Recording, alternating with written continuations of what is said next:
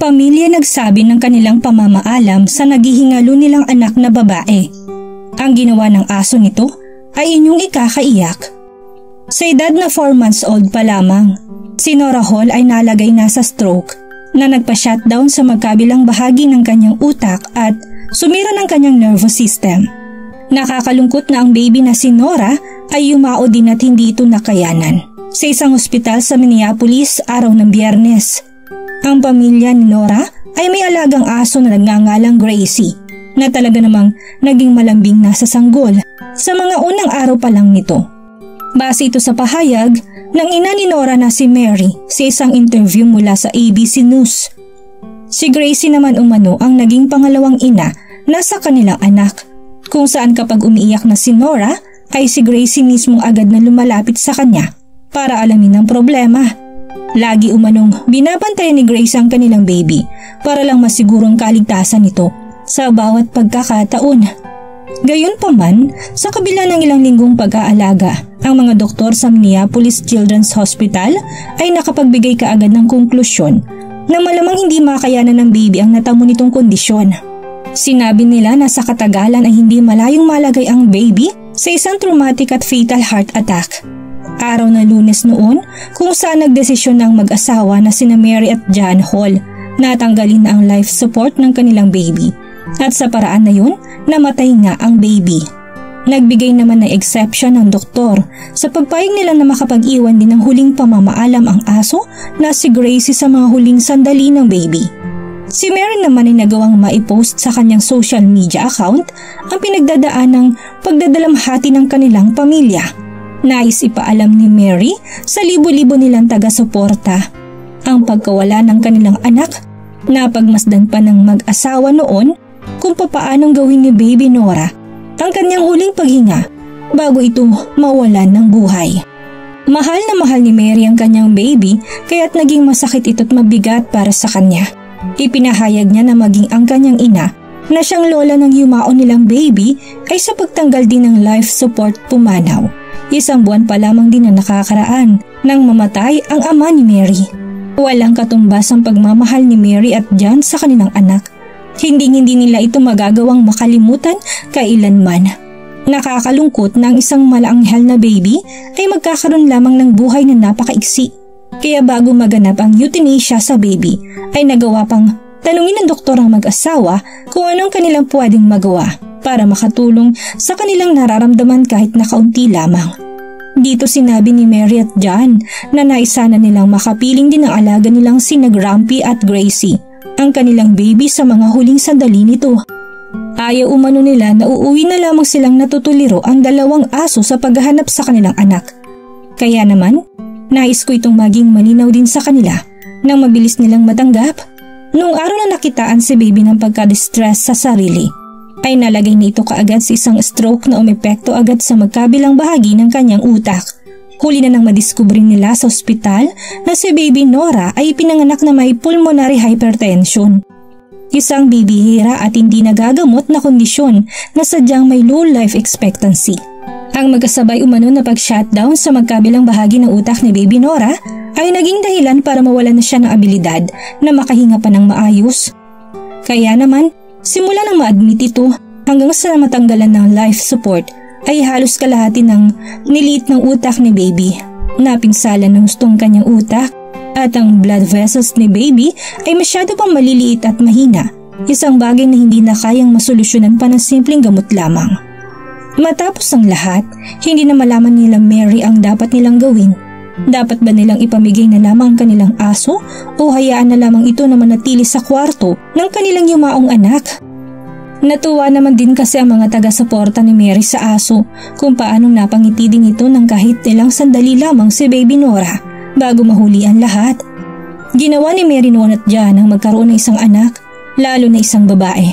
Ginawa nilang lahat para ito ay mailigtas, pero sadyang naging mapait sa kanila ang tadhana. Araw-araw pa silang nagdarasal noon para sa isang himala, nang hindi nalalamang ang himala ay nasa kanilang harapan lamang. Walang iba kung hindi ang kanilang baby. Para sa mag-asawa, ang kanilang alagang si Gracie ang kanilang bayani. Ito mismo kasi ang unang sumugod sa kwarto ni Baby Nora nang maramdaman niyang nahihirapan ito sa paghinga. Maigi naman at mabilis ding nadala ni John ang kanyang anak sa ospital kung saan nagawa naman nila ng maayos ang daanan nito ng hangin. Ang bawat pangyayari ay nagawang maipahayag ni Mary sa lahat ng sumusubaybay sa kanya. Na-retweets ang post niya sa Twitter ng higit 27,000 at nagtataglay ng 230,000 likes agad-agad. Nabanggit pa niya ito sa isang interview na kung tawagin ay Good Morning America. Halos magkulay asul na umano ang kanilang baby ayon kay Mary nang madala nila ito sa ospital, kaya't laking pasasalamat nila sa mga doktor na nagawa nilang maibalik agad ng maayos ang paghihinga nito. Dahil sa post naman ni Mary ay madami na rin ang nagbahagi sa kanya ng sarili-sarili nilang kwento patungkol sa pagiging bayani din ng kanilang alaga. May isang lalaki doon na bigla na lamang umanong dinaganan ng aso sa mahimbing niyang pagtulog para lamang gisingin siya. Dahil nasusunog na pala ang kanyang bahay dahil umano sa kanyang anak ay nagawa niyang makaligtas sa sunog kasama ng kanyang anak. Nakakamangha umano ang isang aso. May isang babae pa sa komento na nagsasabing may aso sa kanila na namataan lamang na biglang nagtatatahol sa hindi malamang kadahilanan. Nagtaka sila dahil normal namang tahimik ang aso na yon sa bawat pagkakataon, pero tila may nais itong pahiwatig. Nang kanila itong lapitan ay dito nila nalaman na ang pagtatahol pala ng aso ay paraan ito ng paghingi ng saklolo para mailigtas ang nakita niyang walang malay na bata sa isang lugar. Madami pang iba pang nagbabahagi ng kani-kanilang magagandang kwento. Ayon naman sa isang vet center, ang isang aso umano ay nagtataglay ng 300 million factory receptors sa kanilang mga ilong kumpara sa 6 million na meron tayo. Ang pag-aanalisa ng isang aso sa bagay sa pamamagitan ng pag-amoy ay nasa 40 beses na mas malakas kaysa sa tao. Base sa sensya, ang aso ay kayang maamoy isang patak ng kakaibang likido sa 20 Olympic-sized swimming pools. Madalas nagagamit ang aso ang galing na ito para maghanap ng decomposed matter o hindi kaya ay maging katuwang ng mga pulis sa paghahanap ng droga at bombang pwedeng ikapahamak ng marami. Kaya din umano nilang malaman sa pag-amoy lamang ang ilang karamdaman, kaya naman ang aso'y normal na kinukuha bilang service animals para tumuwang sa mga taong may kondisyon at disabilidad. Kaya nilang sumuri ng problema sa paghinga, breathing patterns, heart rate at pag-uugali.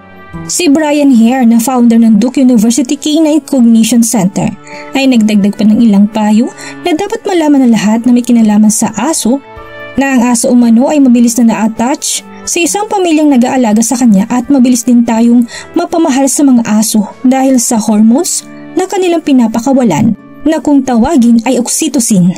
Masarap mag-alaga ng isang aso lalo na sa panahong nagiging mahirap ang sitwasyon para sa akin.